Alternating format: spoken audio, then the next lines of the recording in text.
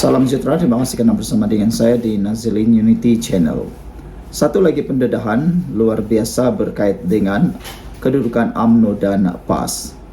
PAS terima UMNO bukan Zahid, kata Tuan Ibrahim. Saudara-saudara sekalian, sebelum kita teruskan ulasan kali ini, jangan lupa tinggalkan komen Anda, tekan butang subscribe. Kali ini sekali lagi PAS cuba membuang Zahid Hamidi daripada parti UMNO. Pandai-pandai pula PAS ini menghendaki presiden orang dibuang daripada partinya. Sedangkan pada masa yang sama, PAS juga mempunyai presiden yang sudah mula tidak disukai orang, yaitu Hadi Awang. Kalau nak kata PAS nak mahu supaya Zahid Hamidi tersingkir, dibuang daripada parti UMNO BN, begitu juga Zahid Hamidi mahu supaya Hadi Awang pun dibuang daripada PAS. Jadi sekarang ini siapa nak buang dan siapa nak dibuang? Kesimpulannya, kata netizen, dua-dua orang ini perlu dibuang, kata mereka. Jadi sebenarnya siapa lebih berkuasa? Adakah PAS ini boleh saja memohon supaya Zahid dibuang? Tentulah tidak. Parti PAS mempunyai kekuatannya sendiri. Parti UMNO mempunyai integritinya sendiri, maruahnya sendiri. Kalau ada ahli UMNO yang mendesak, mengikut perintah, mengikut kehendak PAS ini, maka ini sesuatu yang memalukan. Ini sesuatu yang pastinya menjatuhkan maruah dan juga integriti UMNO. PAS tidak cenderung untuk bekerja sama dengan Presiden UMNO Ahmad Zahid Hamidi kerana status kes jenayahnya, kata Tuan Ibrahim Tuan Man. Netizen kata, kalau Tuan Ibrahim Tuan Man nak kata tentang status kes jenayah Zahid Hamidi, dia juga lupa. Dia lupa bahawa dalam kepimpinan PAS sekarang juga ramai yang terpalit dengan kes mahkamah. Sudah ramai yang termasuk dalam kluster mahkamah. Mengapa hanya menyebut tentang Zahid Hamidi? Kenapa tidak menyebut ahli-ahli PAS, pemimpin-pemimpin PAS, pemimpin-pemimpin Bersatu, pemimpin-pemimpin Perikatan Nasional yang turut sudah masuk dalam geng kluster mahkamah? Tapi Tuan Ibrahim Tuan Man kata itu lain. Tapi netizen kata apa pula lainnya? Sama sajalah. Timbalan Presiden PAS itu berkata, parti itu bimbang untuk bekerjasama dengan Zahid kerana dia belum dibebaskan daripada 47 pertuduhan rasuah. Di sebalik keputusan pihak pendakwaan menarik balik kes mereka terhadap timbalan Perdana Menteri tersebut. Kes Zahid masih lagi status DNA, pelepasan tanpa pembebasan. Tapi sekiranya ada bukti-bukti kemudian, maka dia boleh disabitkan, kata Tuan Ibrahim pada sidang media selepas berakhirnya Muktamar PAS ke-70 di Temerloh Pahang hari ini. Dia diminta mengulas kenyataan Setiausaha Agung UMNO Ashraf Wajdi Rizki yang mempersoalkan logik PAS cuba memancing sokongan UMNO tanpa membabitkan Zahid. Semalam Presiden PAS Abdul Hadi Awang mengakui partinya masih terbuka untuk menerima UMNO, tetapi mereka hanya cuba menarik sokongan pemimpin UMNO yang tidak sehaluan dengan Zahid. Mengulas lanjut, Tuan Ibrahim berkata parti itu juga menyedari reaksi rakyat terhadap keputusan Peguam Negara menarik balik 47 pertuduhan terhadap Ahmad Zahid Hamidi yang menurutnya bukan kecil. Saudara-saudara sekalian, ada netizen yang mengatakan begini. Mereka kata, ini sebenarnya tindakan memecah belahkan parti UMNO dan Barisan Nasional. Mengapa mereka tak sedar diri? Kalau ini terjadi, UMNO menyokong, ada pemimpin-pemimpin tidak sehaluan dengan Zahid yang menyokong ini, maknanya mereka bersedia untuk diumbang-ambingkan dan dihuru-harakan oleh kehendak dan juga permintaan PAS sendiri. Hati-hatilah, kata mereka, jangan sampai kena patuk dua kali lagi. Sebab itu kita tengok kata Tuan Ibrahim, respon ramai sangat sebab ini isu integriti soal undang-undang, kata beliau lagi.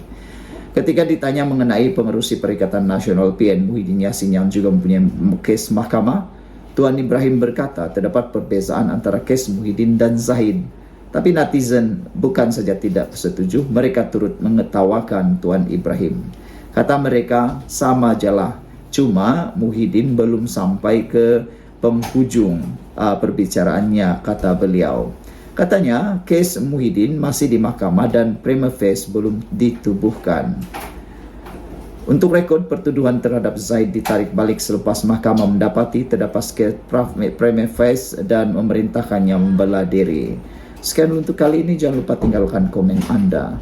Salam sejahtera, terima kasih karena bersama dengan saya di Nazilin Unity Channel. PAS, Parti Islam yang tidak terlihat sebagai terbaik. Tak terlihat PAS Parti Islam terbaik. Itu kata penganalisis politik. Apabila isu Menteri Besar Perlis belenggu akar umbi menjadi buah mulut. Pembahas dari Perlis, Muhammad Saifizi Saidun, dalam muktamar PAS baru-baru ini sedih dengan kualiti pemimpin parti itu kerana tiada tindakan diambil ke atas individu tertentu. Seorang penganalisis politik berkata, isu berkait Menteri Besar Perlis Sukri Ramli dilihat membelenggu akar umbi PAS kerana tiada tindakan susulan diambil pucuk pimpinan pusat dan negeri. Fellow Majlis Profesor Negara Azmi Hassan berkata, akar umbi PAS tidak lagi melihat ia parti yang menuruti ajaran Islam kerana dikaitkan dengan rasuah, salah laku dan mempunyai kepentingan sendiri. Akar umbi dah sedar perubahan perlu dilakukan. Jika ada salah laku pemimpin lakukan, tindakan tata tertib perlu dikenakan. Cuma bezanya tindakan tak diambil dalam PAS dan disenyapkan. Lebih-lebih lagi pemimpin itu dari peringkat tertinggi hierarki parti, katanya beliau. Tapi dalam muktamar dipersoalkan isu ini. Malah bila ketua pemimpin yang juga Menteri Besar Perlis dipersoalkan, itu masalah besar yang menghantui akar umbi dan mereka tak boleh lagi mempertahankan PAS sebagai parti terbaik agama Islam, katanya kepada FMT. Kemarin, pembahas dari Perlis Muhammad Saifizi Saidun dalam muktamar PAS menyuarakan kesedihan terhadap kualiti pemimpin parti itu kerana tiada tindakan diambil ke atas individu tertentu. Beliau mendakwa ada pemimpin PAS bersalaman dengan wanita berkali-kali, tidak dikenakan tindakan, dan yang berkaraoke pula dipertahankan. Selain PAS, Perlis tidak terima laporan berhubung isu dihadapi Sukri, sama ada daripada negeri atau pusat. Sukri pada 2 Mei lepas menegaskan beliau masih Menteri Besar walaupun timbul desakan letak jawatan susulan siasatan Suruhanjaya Pencegahan Rasuah Malaysia SPRM berhubung dakwaan salah guna kuasa. Pesuruhjaya PAS Perlis itu melihat desakan lepas jawatan hanya timbul di media sosial, bukannya di peringkat parti atau pentadbiran negeri. Pada 23 Mei lalu, anak Sukri iaitu Muhammad Syafiq mengaku tidak bersalah di Mahkamah Syaitan atas tuduhan mengemukakan tuntutan palsu RM19.505.10 berkaitan perkhidmatan menyediakan minuman untuk kegunaan Raja Perlis Tuanku Said Sarajuddin Putra Jamalulail di Hospital Tuanku Fauziah Kangar. Sementara itu, Lau Ziwe dari Universiti Islam Antarabangsa Malaysia UIAM berkata, kenyataan itu hanya dibawa oleh seorang ahli. Kenapa kes Menteri Besar Perlis tak diberikan perhatian sangat? Sebab Perlis negeri kecil dan tidak menjadi rebutan sangat seperti Kelantan, Terengganu dan Kedah. Perlis ni kira bonus sebab pemimpin pusat tak memberi tumpuan sangat. Saza Sukri yang juga dari UIAM berkata, tindakan ahli membangkitkan permasalahan dalam PAS membuktikan parti itu masih mempunyai demokrasi dan integriti. Sekiranya masih ada ruang untuk ahli bersuara atas ketidakpuasan terhadap pemimpin PAS, pusat maupun negeri, ini dapat membuktikan prinsip demokrasi dan integriti dalam PAS. Sekian untuk kali ini, jangan lupa tinggalkan komen Anda, tekan butang subscribe. Salam sejahtera, terima kasih kerana bersama dengan saya di Nazilin Unity Channel. Ada dua pembaharuan terkini di dalam perlembagaan PAS yang menjadi buah mulut, pertikaian, perdebatan netizen dan pengulas politik serta penganalisis politik. Ada penganalisis politik kata PAS benar-benar sudah terdesak mau dilihat relevan dalam dunia politik di Malaysia, bahkan dalam masa kini. Perkara pertama yang menjadi perdebatan dan buah mulut rakyat Malaysia, pengulas politik dan pemerhati politik Malaysia ialah tindakan PAS meluluskan dan meminda perlembagaan PAS berkaitan dengan Akta Anti Lompat Parti. Mereka telah meluluskan akta dalam perlembagaan mereka berkaitan dengan sesiapa ahli parlimen maupun ahli Dewan Undangan Negeri yang memberikan sokongan kepada mana-mana pihak yang tidak direstui maupun tidak disokong oleh pihak kepimpinan maupun parti PAS secara keseluruhan dianggap telah melanggar peraturan. Kita tidak tahu sejauh mana akta lompat parti itu, adakah mereka juga menulis dan memasukkan klausa seperti yang dibuat oleh BN UMNO, yaitu sesiapa yang didapati melanggar akta anti lompat parti dalam perlembagaan Parti Barisan Nasional UMNO dikehendaki membayar 100 juta ringgit dan terpaksa mengosongkan kerusi. Yang pastinya PAS membuat pindaan perlembagaan itu. Yang mengejutkan, kata netizen, kini PAS sudah mulai sedar siapa-siapa boleh berlaku khianat. Tidak pedulilah mereka tu Pak Lebay kah, Pak Ustad kah, Pak Haji kah, mereka boleh bertindak di luar jangkaan, yaitu tiba-tiba meninggalkan parti atau mengkhianati parti. Sekarang ini tidak pedulilah apapun pangkatnya, siapapun dia, apapun kedudukannya.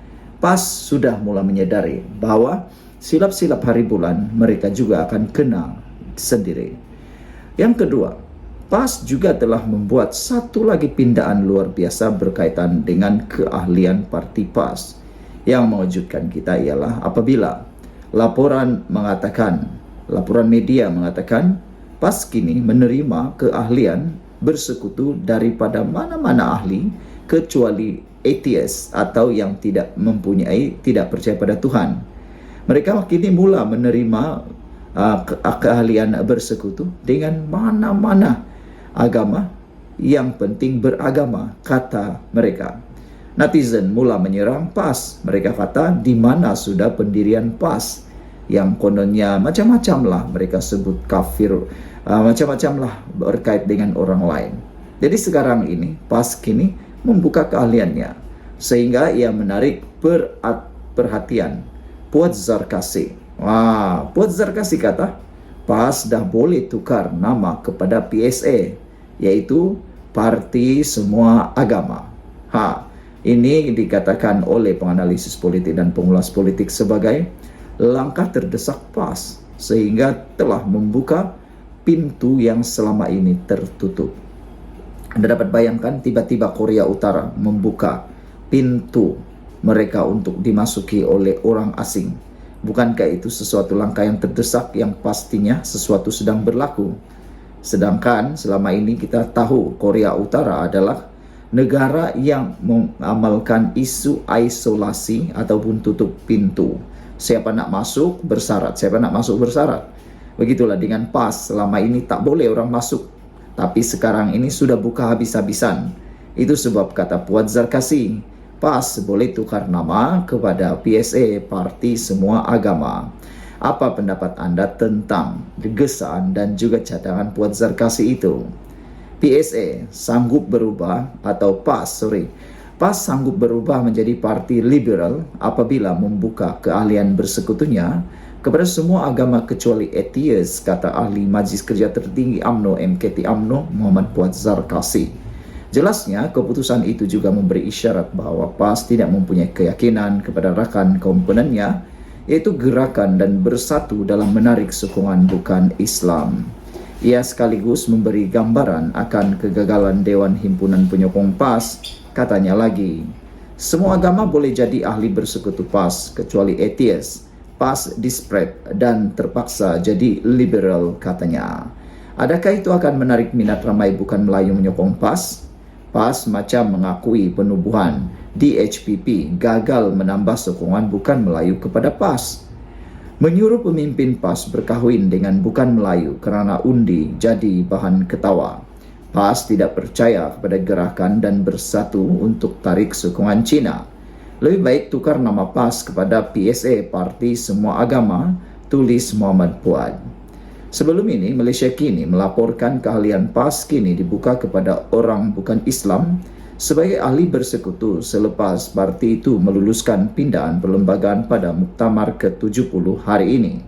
Setiausaha Agung PAS Taqiyuddin Hassan dalam pembentangan usul pindaan perlembagaan bagaimanapun menyatakan antara syarat keahlian bukan Islam adalah mesti menjadi penganut agama lain. Katanya seseorang yang tidak mempunyai agama atau atheist tidak layak menjadi ahli bersekutu PAS. Beragama selain daripada Islam, kita sebut bukan beragama Islam atau beragama selain Islam. Maksudnya, seseorang nak jadi ahli bersekutu PAS mesti beragama, sama ada Hindu, Kristian, Buddha, dan mesti jadi ahli agama apa saja yang ada dalam dunia ini. Dalam kata lain, atheist, orang tak ada agama, tak boleh jadi ahli bersekutu PAS. Katanya pada mesyuarat agung tahunan PAS di Kompleks Al-Makmur di Kedah, Temerloh Pahang itu. Sekian untuk kali ini, jangan lupa tinggalkan komen anda. Selamat pagi, salam sejahtera. Terima kasih karena bersama dengan saya di Nazlin Unity Channel. Hari ini kita didedahkan satu lagi dengan gaya dan juga teladan tindakan pembangkang yang agak keterlaluan. Ini apabila mereka terus-menerus berpura-pura jadi mangsa. Itu kata pengarah komunikasi AMK. Sebelum kita teruskan ulasan kali ini, apa pendapat anda tentang sikap, teladan, pembangkang yang ada sekarang ini? Ada penganalisis politik dan juga pemerhati pengulas politik mengatakan bahwa pembangkang sekarang ini gagal menjadi pembangkang yang mampu menjadi semak imbang. Gagal menjadi pembangkang yang berkualiti dan berwibawa. Apa pendapat anda? Kata AMK, pengarah komunikasi AMK, sekarang ini pembangkang terus-menerus menjajah dan memfitnah. Kononnya mereka menjadi mangsa. Sebenarnya semua itu adalah pembohongan semata-mata, kata beliau.